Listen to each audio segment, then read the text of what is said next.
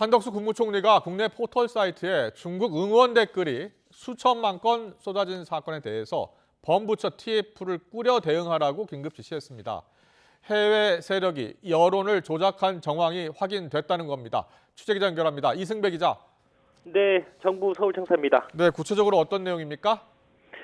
네, 한덕수 국무총리가 국무회의가 끝난 뒤에 관련 부처에 긴급 지시를 내렸습니다. 방통위를 중심으로 법무부와 과기부, 문체부 등 관련 부처와 함께 여론 왜곡 조작을 방지하는 범부처 TF를 서둘러 꾸려서 대응하라는 내용입니다. 발단은 지난 1일 열린 한국과 중국의 남자축구 8강전 경기였습니다. 당시 국내 포털인 다음 등의 중국팀 응원 비율이 전체 91%에 달하는 등 압도적으로 높게 나타났다는 겁니다. 방통위는 지난 1일 한중전을 전후해서 다음과 카카오 응원 서비스에 있던 응원 클릭 3,130만 건을 긴급 분석한 결과 의심 정황이 발견됐다고 보고했습니다. 해외 세력이 가상사설망을 통해 국내 누리꾼인 것처럼 우회 접속하거나 매크로를 조작해 중국 응원 댓글을 대량 생산하는 수법이 활용됐다고 방통위는 분석했습니다. 또 다음 카카오 응원 서비스에 든 댓글 중에 절반인 50%는 네덜란드를 그리고 30%는 일본을 거쳐 들어온 것으로 나타났다고 밝혔습니다.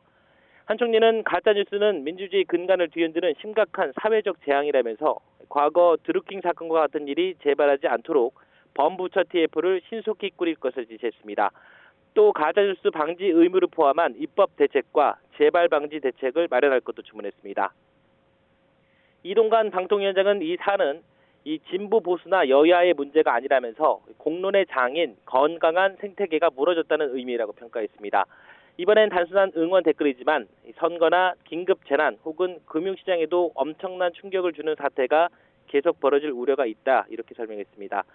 총리의 긴급 지시에 앞서서 여당과 대통령실에서도 같은 지적이 나왔습니다. 국민의힘 김기현 대표는 관련 의혹을 언급하면서 다음이 여론 조작의 숙주 역할을 한다는 의혹을 지울 수 없다고 SNS를 통해 주장했습니다.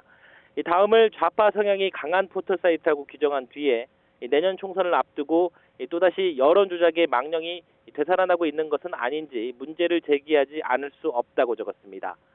이어 다음에 자체 조사와 방통위의 진상조사, 국정원의 대공 의혹 점검 등이 필요하다면서 댓글 국적 표기 법안이 이번 정기국회에서 반드시 통과될 수 있게 하겠다고 강조했습니다. 앞서 대통령실도 어제 브리핑을 통해서 응원 페이지 여론 조작 의혹에 대해 국민적 우려가 제기되는 것은 타당성이 있다고 거들었습니다. 지금까지 정부 서울청사에서 YTN 이승배입니다.